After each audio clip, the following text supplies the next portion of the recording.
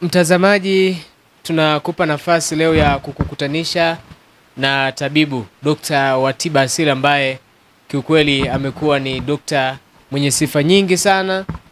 Na leo somo ambalo tutajikita nalo ni somo ambalo linahusiana na masuala ya uungaji wa mifupa. Kwa hiyo ndugu zetu ambao wako na changamoto ya mifupa, changamoto ya mgongo, basi tabibu huyu utakwenda kumsikia hapa akitupa ufafanuzi. Sasa cha kushangaza zaidi, huyu ni tabibu wa tiba asili, lakini amefika mbali zaidi. Ana uwezo wa kuwasaidia wale watu ambao wanasumbuliwa na majeraha. Kwa mfano, yawezekana umepata ajali ya gari au bodaboda au ajali ya namna yote ile ukavunjika kiungo chochote kile, basi yeye huwa anaunga mifupa ile kwa kutumia tiba asili. Sasa tutakwenda kufahamu huwa anaunga kwa namna gani, na hapa tupo kwenye chumba chake ambacho anatolea kazi hii ya huduma. Tabibu, hongera na kazi. Asante sana, karibu sana.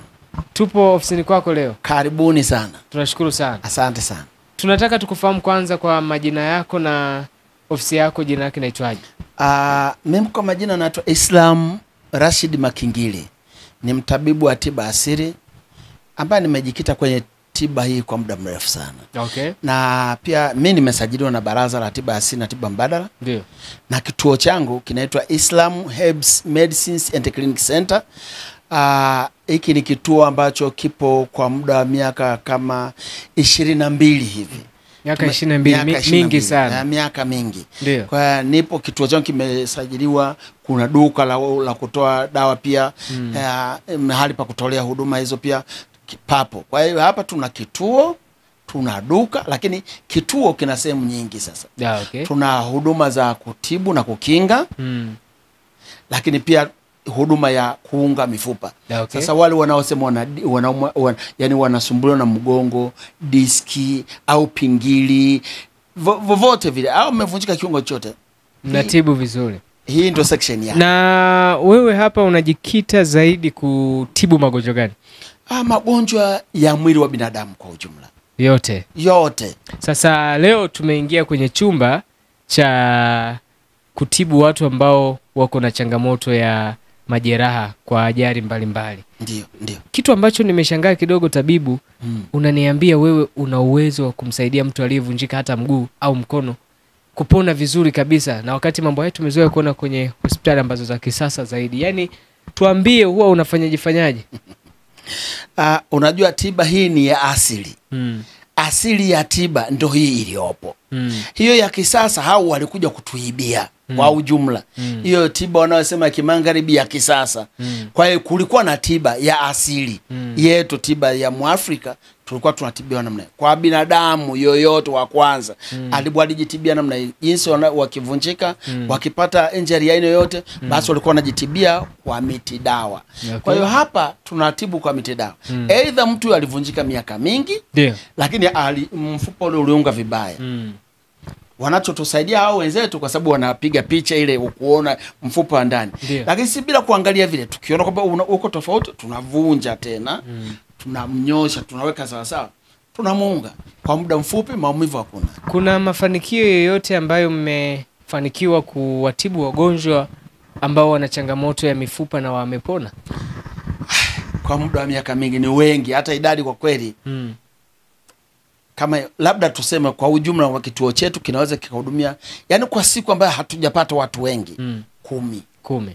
Kuna wakati mwingine kuna kuaga na maumivu sana ukivunjika sehemu yote ya mwili, kiungo chochote kikipata hitilafu. Wakati wa kurudishia kuna kuaga na maumivu makali sana. Ndio maana ukienda kwenye hospitali kuna dawa ambazo huwa zinatumika kwa ajili ya kutuliza maumivu. Kwako wewe huwa inakuwaje mgonjwa anapokuja na anakwambia hapa nauma, alafu unataka kurudishia vizuri? Nadhani hiyo wewe unasema kwa sababu umeshaona watu hapa. Sisi ile wanaosema ganzi. Ndugu, hii dawa. Hii ni majani. Mti huu wa maajabu sana. Kivuli cha kupitia maumivu yote katika mwili wako hakuna. Kama endapo itakuwa ni mfupa lakini. Kwa hiyo hata mimi sasa hivi nikitumia hii dawa, maumivu ya mfupa sikutani na maumivu. Hakuna kumeza tena kidonge tena. Na hizi dawa unapata wapi sasa? Dawa kama ziko porini. Zipo maporini. Mimi niliachiwa na babu yangu. Zipo porini. Ziko porini. Zipo porini. Zinapatikana kwa urahisi kabisa, zipo porini. Ila sasa huu ni ujuzi. Okay. Okay. Ni mti mmoja au kuna mchanganyiko wa miti? Ni mti mmoja tu. Sasa huu ndio ugunduzi. Unapaka? Hauwezi kumpaka. Hii mtu ukimpaka anaoza. Sasa natumia kwa namna gani? Hii najipaka mimi. Kwa sababu kwanza nitakuwa nimechukua mafuta ya mgando, nitapaka viganja vyangu. Nikisha kupaka ndipo nitachukua hii dawa nitaweka juu yake. Kwa hiyo ninapitisha kivuli kwenye huu mwili. Haumgusi. Hakuna kumgusa. Hata ile ya kwa hiyo hatuhisi maumivu tena. Hatuhisi maumivu ya aina yoyote. Hongera sana. Asante sana. Lakini naona kuna vifaa vingi sana hapa. Vifaa vingi sana naona pale kuna gloves. Hizo gloves tunatumia kwa namna gani wewe mtu wa tiba asili? Hizi ni kinga. Hizi gloves kwa ajili ya kinga. Hii lazima nivae. Kwa sababu mtu kwa mfano ameumia, amepata ajali, anatoka damu. Kwa lazima wakati unapoanza kumhudumia ili nimfute yale madamu, lazima nijikinge na hizi. Okay. Lakini wakati wa kumtibia sasa, ndio inatakiwa nisiwe nimevaa hizi. Okay, unatoa sasa. Natoa sasa. Kwa hiyo lazima kwanza nitavaa hizi, nitachukua dawa ya kumsafishia yale madamu. Nikisha maliza nitachukua, huwa tunatumia pia tunatumia hii, unaona kwa hiyo nitachukua hii nayo pia nitasafisha kabisa kile kidonda. Nikisha safisha naamini kwamba sasa ameshakuwa msafi, ndipo nitajipaka mimi. Na bahati nzuri kwamba sina sababu ya kumgusa. Okay. Mtu aliovunjika mimi naushika ule mguu kuuseti akae sawa sawa. Ndio maana unafika hapa nitamlaza hapa, nitamseti vizuri, najua hapa amekaa sawa sawa. Basi namwambia hapa akae hapa kwenye kiti, au kuna vitanda vingine viko huko ndani. Basi nakwenda kumseti pale pale. Nikisha mweka sawa, basi namwambia abaki hivyo siku 3. Siku ya 4 nampa fimbo, anaanza mazoezi. Vizuri kabisa. Kabisa. Mashine pia nimeona kuna mashine hii hapa. Hii mashine dokta inatumika kwenye nini? Katika masuala ya kusaidia mtu aliyevunjika. Sawa. Sasa hii ni hendo. Mashine hii ni kwa ajili ya mtu ambaye ameparalyze. Okay. Au anaona ganzi kule chini. Kwa hiyo inatumika kama therapy. Kwa hii ni kwa ajili ya kutoa ganzi kwenye nyayo. Kwa hizi kwenye nyayo kuna point. Kwa hiyo huwa tunapiga tunatoa ile ganzi, kisha tunamfanyia therapy, yani massage. Baada ya mtu ganzi itakuwa imeisha. Anakaa vizuri. Okay. Na hii pia naona imekaa kama mfumo wa kofia hii. Hii ni kwa ajili ya watu wenye shida ya kichwa. Anasema napoteza kumbukumbu. Au pengine alipata ajali. Na kisha akapata shida ya mishipa ya kichwani. Kwa hiyo hii mashine inafanya kazi ya kumfanyia massage. Kwa hiyo hii mashine ina maana huyu mtu ataivaa. Yes, anavaa. Kama mimi nitakavaa. Unavaa. Ukivaa, unakuta ukifungulia huku. Ukishaiwasha hii, unakuta kuna kama muziki kidogo. Unajua kuna ile tiba ya muziki. Haka ndo katiba ya muziki. Kwa hiyo kana kwenda kuseti kichwa vizuri. Kana mpiga vizuri, kamfanyia massage vizuri. Kwa dakika ambazo zitatoka onyesha. Inakaa vizuri. Na naweza nikajaribu na nikafanyiwa. Yes. Na kukawa hakuna shida yote. Hakuna shida. Kwa sababu umegeuza. Okay. Ukishavaa hivyo. Hii tutakuwa tumeplug pale. Okay. Unachomeka hapo kwenye mfumo wa umeme. Kwenye mfumo wa umeme. Okay. Kwa hiyo huku kunatokea vimlio. Naona kama hapa. Utawasha.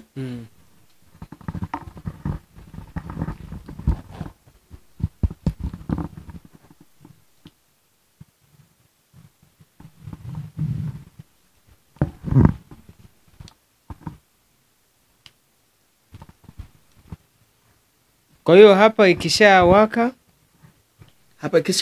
itaanza kutoa milio. Okay. Kwa hiyo kianza kutoa mlio hivi basi huko inamfanyia ndio nani?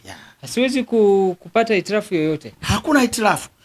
Wao wameseti vizuri. Hizi tunanunua kwenye maduka. Kwa hiyo humu kuna mionzi midogo midogo sawa sana, mishipa midogo midogo ambayo iliyopo kichwani. Kwa hiyo haina madhara ya aina yote. Hakuna shida aina yote. Hakuna shida aina. Okay. Tuko na watu ambao wako na changamoto ya vichwa vinawauma. Kwa hiyo wakija kufanyiwa tiba hii wanakaa vizuri. Ni yule ambaye amekuwa akitibiwa kichwa kila mara hakiponi. Ndiye ambaye atapewa hii mashine. Si mradi kichwa. Okay. Mwenye shida ya mishipa ya kichwa anaona kizunguzungu kila mara. Sasa kwanza tutamuuliza historia yake. Ndipo anafikia huku kupewa hii. Akishapewa hii sasa tuna dawa maalum ya kumbukumbu na kukuza ufahamu. Ndio atakayokuja kuitumia. Mgonjwa wa mgongo, kumekuwa na changamoto sana ya watu ambao wanasumbuliwa na mgongo. Ndiyo. Hawa watu tunawasaidia vipi kwenye ofisi yako? Kwenye ofisi yangu hawa wote wanaumwa mgongo ni sasa tu ni mfupa. Hawa wanasema sio pingili imechomoka, nyingine imeingia ndani. Hawa wote wanatibiwa hapa. Vizuri kabisa. Kwa sababu huwa tunaweza kunyanyua zile pingili. Kwanza mtu kama endapo pingili ilikuwa imeshafyatuka. Ina maana nyama huwa inakuja kuchukua nafasi. Okay. Sasa ili iweze kurudi mahali pake, nyama ile huwa inaweza kwa konda. Kwa hiyo watu tunachukua hii dawa. Hii ni dawa ya asili hiyo. Hii ni dawa ya asili. Huu ni mti. Sasa humu ndani kuna dawa. Labda unataka uione. Hii dawa sasa ikiunguzwa kwa njia ya moto, kwa kupasha moto. Hii ndio ambayo itatema hii dawa hii ikitoka ikiingia kwenye mfupa lazima ulainike. Japokuwa wanasayansi wataanza kubisha hapa. Hii ni dawa. Unaona hii ni dawa kabisa. Hii ni dawa ya mti. Ndio niloifunga. Hii dawa ina uwezo wa kulainisha mfupa na ukanyoka. Vizuri kabisa. Kabisa. Na ndio maana kuna watu waliokuwa wanasumbuliwa na mgongo na wamepona. Wengi. Na ndio maana kupitia hii dawa. Kupitia hii dawa ni wengi. Hata wale wa kansa. Kama ziwa limevimba au goti limevimba sana. Unatumia dawa hii. Tumia ukikanda siku 4 mtu ameshapona. Vizuri kabisa. Kabisa ni wengi hapa. Kuna wengine wanasema sasa wazee wetu wanasema migongo inawasumbua. Wanasema ni ugonjwa wa uzee. Hao huwa mnawatibu vipi sasa? Kupitia dawa hii au kuna dawa nyingine? Sasa wazee wengi tangu zamani wazee wa zamani wote hawaugui mgongo hata kidogo. Ndio. Watoto wa kileo ndio wanaougua sana migongo. Hasa walika yako na kuendelea. Na wengine bado wadogo zaidi ya wewe. Kwa sababu gani? Sababu kubwa ni shule. Shule kwa maana gani? Mtoto wako anapokwenda shuleni anabebeshwa begi lina kilo 15. Mtoto wa miaka 7, mtoto wa chekechea anabebeshwa kilo 4. Kila siku anabeba mgongoni anaenda nayo shule na kurudi. Huyu mtoto anapata kilema ya lile begi makaunta 11. Yanakuwa kilo ngapi yale? Hasa wale wanateguka wakiwa bado wadogo bila kujua. Na kwa sababu ni mdogo hajielezi kwamba anaumwa. Anaona furaha kwenda shuleni lakini begi lile linamuumiza. Zamani madaftari yalikuwa yanabaki shuleni. Leo hii wanarudi na mtoto anakwenda na kilo 15 anarudi kwenda shule, kilo 15 kurudi. Kwa hiyo ni changamoto. Hiyo ni changamoto kubwa. Sawa. Elimu hii ambayo unatuambia leo inasaidia watu kuwatibu magonjwa ya changamoto ya ajali. Ndio. Ikiwemo kuvunjika miguu na hali kadhalika. Hata madereva pia. Maana kwa kukaa sana au mgongo wanapata shida ya mgongo. Wewe ni elimu ambayo umeenda kusoma darasani au ni elimu ambayo ile elimu ya kulisi? Mimi elimu ya kurithi. Mimi nilirithi kutoka kwa babu yangu. Nilikuta akiwatibia watu wengi sana wanaovunjika na baiskeli, wanaovunjika pengine amepigwa hata teke na ng'ombe. Anakuja kwetu tunamwona babu anaunga. na maana nyingine anatutuma sasa. Mimi alikuwa anapenda sana kunituma. Hebu mshughulikie huyu, na mshughulikia wakati bado niko mdogo pia. Okay. Kwa hiyo nilijifunza hivyo, lakini kwa hivi sasa tumeendelea pia mambo haya kwa sababu Baraza la Tiba Asili na Tiba Mbadala limekuwa likiendelea kutoa elimu kwa waganga wote ili waujue mwili wa binadamu. Tuko na kundi kubwa sana la watu ambao wamekuwa wakiaminishana kwamba ukienda kwa daktari wa tiba asili wale huwa watibu kawaida. Kuna imani ambazo zipo ndani yenu, imani za kishirikina. Wewe hilo umeshakutana nalo, watu wakibeza tiba hizi wakiamini kwamba ni tiba za kishirikina? Ndugu yangu mtangazaji, mimi niseme hivi. Uelewa wa watumiaji wa dawa za asili, uelewa wao ni wa chini sana, kwa sababu wamepumbazwa na makanisa na haya mahospitali wanavyotangaza. Hao wanatupiga vita. Na kwa sababu sisi tunasimamiwa na hawa wenzetu hawa modeling, hawa madaktari wa kisasa ndio wanaotusimamia. Japokuwa wao elimu yao wamefundishwa na wenye maduka na wenye viwanda. Lakini mimi ni dawa ya babu yangu. Wewe unachunguza vipi tatizo la mgonjwa akija akisema bwana mimi naumwa, mimi na shida? Vile vipimo ambavyo mnatumia kuchunguza ndo wanasema ndo uchawi wenyewe? Hapana, ule sio uchawi. Kwa maana ipi? Kwa sababu tangu zamani tumekuta kuna kitu kinaitwa lamli. Lamli ilikuwa inatumika kwa kuchunguza. Ili kutambua. Hao siku hizi wamekuwa ni wachache sana. Na watu ambao wanafanya lamli, wanaofanya kazi. Lakini mamlaka wamekataa masuala ya lamli. Hawajakataza lamli. Lamli ipi? Lamli chonganishi. Hiyo ndio imezuiliwa, chonganishi. Lakini kuna lamli elekezi. Sasa hizo lamli wanasema yani vile vipimo. Yani vipimo vile nasikia ndo uchawi wenyewe. Hapana. Uchawi ni kitu kingine sana. Uchawi ni ujuzi kwanza. Nasema kwa ujumla. Uchawi ni ujuzi wa Mwafrika. Hata binadamu, kwa tuseme kwa ujumla, binadamu yote anayewazidi wenzake maarifa, akazidi, wote wana maarifa. Lakini atakayezidi yule anasema yule mchawi wa kutibu ile, yule mchawi wa mpira, yule mchawi wa Kiswahili. Au sio mtangazaji? Kwa maana ya hilo. Lakini namna nyingine hapana, sisi ni watu wa kutibu, kuponya na kukinga. Mtu akija ana tatizo, ndio ukatumia vifaa vyako kwa ajili ya kubaini lile tatizo. Ndio. Kuna wakati mwingine unagundua kwamba hili tatizo sio tatizo la kawaida, ni tatizo la kiuchawi. Atakavyoelekeza. Kwa sababu kwanza unachukua vifaa vyako wewe. Vifaa gani sasa?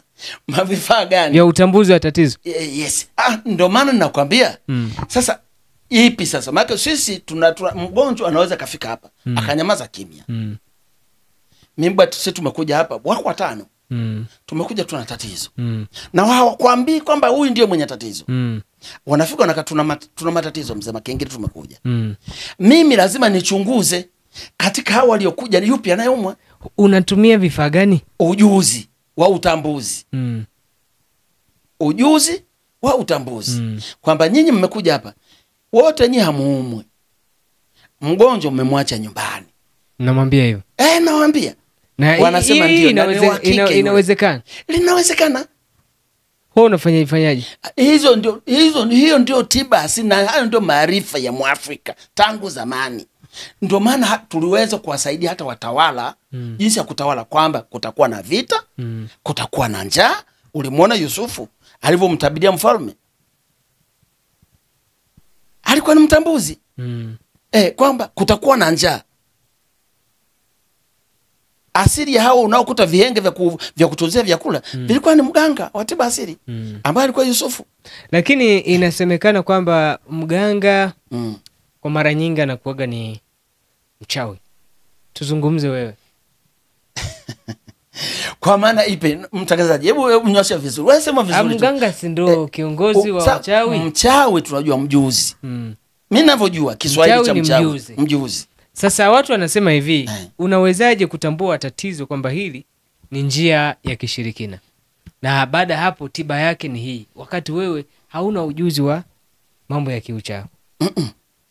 mimi natambua maradhi haya si ya kawaida, yawezekana yakawa ni mapepo au ameambukizwa au magonjwa si ya kuambukizwa. Dalili ataniambia huyu mgonjwa aliyokuja kwamba mimi nimekuja hapa ninaumwa, dalili zangu zilianza hivi hivi, lakini nimezunguka kote huko nimeshindwa kupata ufafanuzi. Hasa mimi naanza kumdodosa. Je, ukilala usiku unapata jasho jingi linakutoka? Ndio. Unatoka mara ngapi usiku? Anasema najua okay, huku kuna dalili za kama mwanaume, najua kwa tezi dume litakuwa linanimelea au kisukari au atakuwa na TB, kwa sababu wote hao wana dalili kama hizo. Sasa naweza kumuona ngozi yake alivyofika kwa mbele yangu, ninamuona ngozi yake, najua huyu atakuwa na tatizo. Nitamuuliza unakula? Atasema nakula vizuri. Je, ukimeza unapata matatizo yote katika mfumo wa umezaji chakula? Atasema mimi sipati shida. Kwa hiyo nitagundua kwamba huyu ana shida ya kitu fulani. Okay. Kwa sababu dalili za magonjwa zinaeleweka na tunafundishwa pia. Baraza la Tiba Asili limeweka, tunakwenda pale Muazi. Tunaenda kujifunza dalili za maradhi mbalimbali. Okay. Changamoto imekuwa aina ya dawa ambazo mnawapa wagonjwa wanapokuja kutibiwa. Ndio. Mtu anaenda kuweka dawa nyumbani. Ndio. Usiku baadaye dawa inaanza kumsemesha. Dawa inaanza kumletea shida fulani. Nafikiri katika ufanyaji wako wa kazi umeshasikia hata kwa watu wengine kwamba kuna mtu alienda sehemu fulani alipewa vitu fulani, leo hivi namsumbua. Alipewa na nani? Na dokta wa tiba asili. Hilo tupe ufafanuzi kidogo kwa uelewa wako na vile ambavyo unajua. Sasa haiwezekani niwe nimetoa dawa kwa mfano nimetoa mjafari ambayo kwa kilugha sisi tunaita mlungulungu. Kwa Kihehe mlungulungu ni mjafari. Na hii najua kwamba inatibu kifua, tumbo na mambo mengine. Pia ni kinga kwa ajili ya nyoka. Sasa nimempa hiyo afu ikaenda kuongea. Haiwezekani. Hao lazima kuna usanii wanaofanyiana. Kwa hiyo wanaofanyiana usanii unatokea usanii. Lakini si kweli kwamba ukienda kwa mganga wa tiba asili utapewa dawa kwa ajili ya maradhi ya kansa au kifua au tumbo au vidonda vya tumbo au bawasiri eti itaenda kuongea. Hiyo kitu haiwezekani. Hujawahi kutana na mtu akaja akaomba dawa ambayo wewe mwenyewe ukaona hii sina? Mfano akamwambia bwana, mimi nahitaji dawa ya kuwa tajiri, nahitaji dawa ya kumkomoa rafiki yangu, jirani yako au ndugu yangu au mtu fulani. Hizo dawa zinapatikana? Ndugu mtangazaji, nikwambia iko hivi. Yaani hapa sasa kuna vitu wewe unaonyesha ni kwamba ni hivi. Nimesema mimi ni mganga wa tiba asili. Ninatibu, kuponya na kukinga. Lakini wazee wetu zamani walikuwa na maarifa zaidi ya haya. Kwa mfano, leo wanaweka mgambo kulinda. Anakwenda shambani kwenda kulinda nguruwe au ndege wanakula mpunga. Ndio. Yaani huyu mtu analima bila kujua kwamba yeye ni nani. Kwa sababu kama ni mkulima wa kweli zamani, ninalima hapa, mimi naenda kuishi Kimilinzo. Mfano huku nguruwe hawezi kuingia shambani mwangu. Kwa hiyo kuna dawa ambayo ilikuwa ina uwezo wa kulinda wanyama. Hawasogei kwenye ile shamba. Hawezi. Sasa huo ndo wanasema uchawi wenyewe. Sio uchawi. Huu ni ufundi, maarifa. Na ndio maana Mwenyezi Mungu amesema tunapotea kwa sababu hatuyajui maarifa. Tunakosa maarifa. Yes. Inawezekana mtu ukampa dawa atumie kwa namna fulani. Alafu yeye akaenda tofauti na vile ambavyo umeelekeza.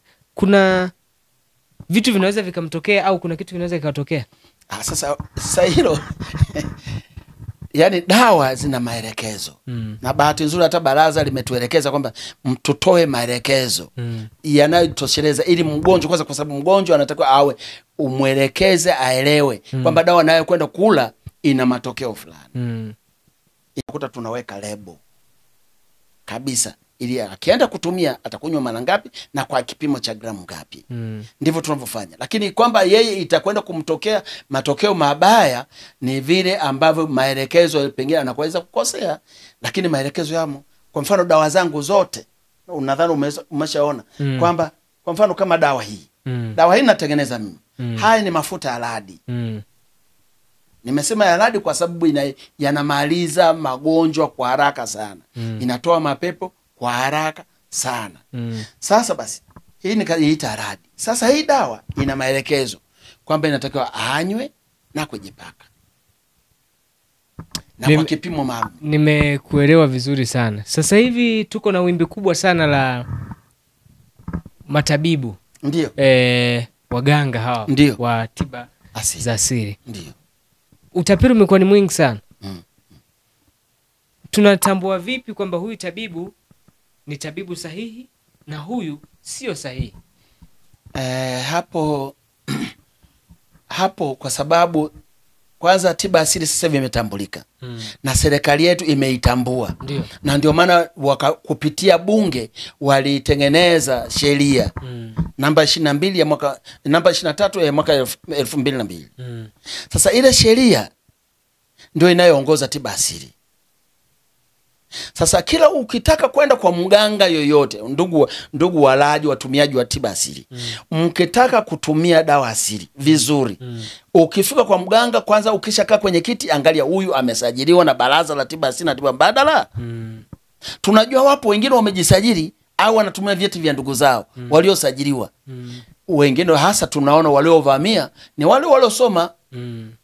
Walosoma asili. Kuna wimbi kubwa waliosoma huko kwenye hivyo vyuo vya utabibu, hafu serikali imeshindwa kuajiri. Hilo wimbi hilo ni hasara kubwa kwenye tiba asili. Wote wamekuja huku, na kwa sababu wanaweza kuongea Kiingereza na nini mbele ya walaji huku sasa. Wanaona wale ndio wanajua kwa tibu. Lakini kumbe sivyo, kwa sababu wanaongea Kiingereza. Maarifa mnayo nyinyi madokta wa zamani. Kwa nini msiwafanyie maarifa hawa madokta ambao sio halali wakapotea kabisa? Au wakaachana na hizo kazi? Sasa hapo wewe unataka tuwapoteze. Sisi hataki. Hiyo ni jukumu la baraza kwenye shughuli hii. Si mnatumia maarifa yenu na mmesema kuna mizizi inaweza kufanya maajabu makubwa. Yaani ni iko hivi. Kwa bahati mbaya sana, hilo kundi 1% kubwa limekumbatiwa na serikali. Kwa serikali hayoni. Kwa sababu tiba asili imeanza kwenye huduma za msingi. Yaani kwa mwenyekiti wa kitongoji. Mwenyekiti wa serikali ya mtaa ndio mwenye dhamana ya kumtambua huyu ni mganga kweli au si mganga kweli. Kwa hiyo kwenye mtaa wako, mganga wa tiba asili inataka atambulike na jamii pale. Lakini wanapofika kwenye kijiji fulani, yule mwenyekiti ndio wanaotuangamiza. Wanachukua pesa kwa wale waganga.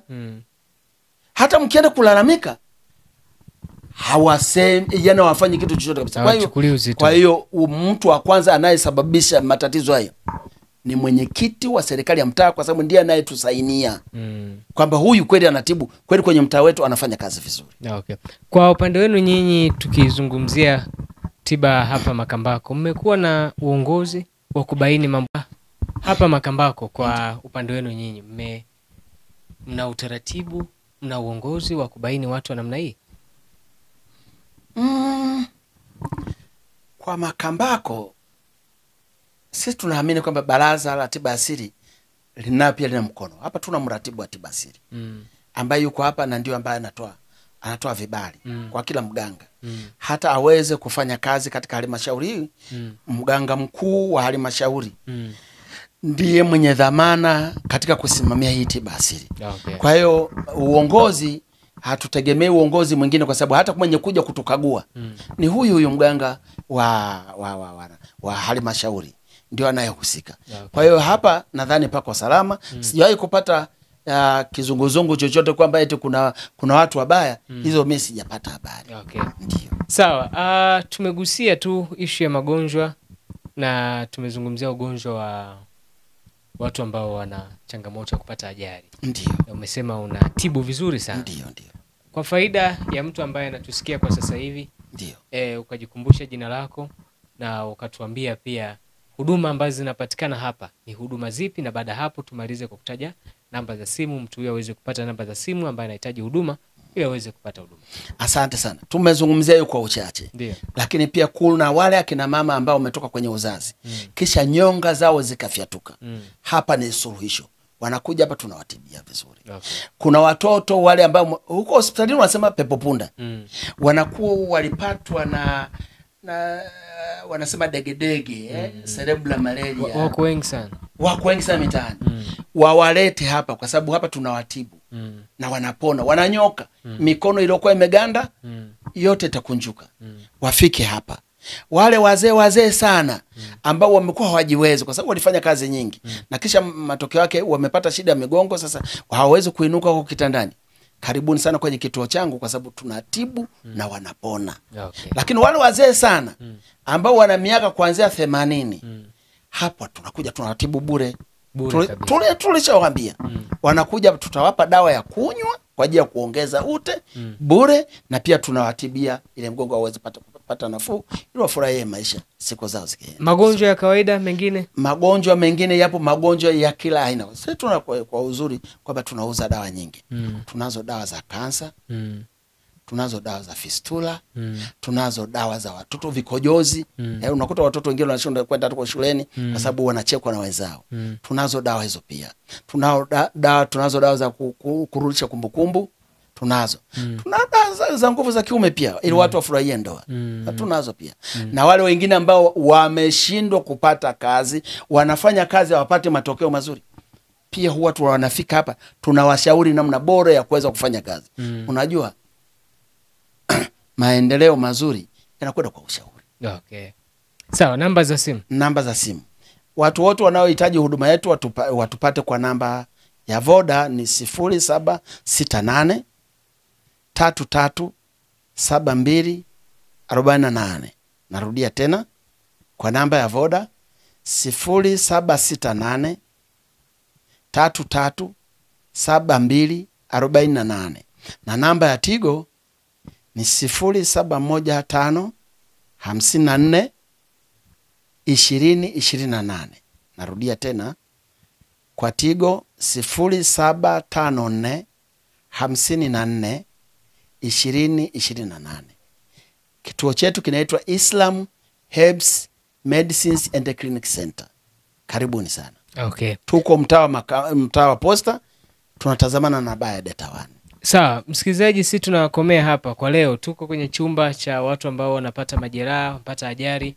Basi Dr. Tiba Asili anasema hapa matatizo yanaisha yote, lakini tutaendelea kukufahamisha vitu vingi kutokea kwenye kituo hiki. Siku nyingine utatuona tena kwenye chumba kingine ambacho pia kinahusika na utoaji wa tiba mbalimbali za tiba asili. Kwa leo hatuna ziada.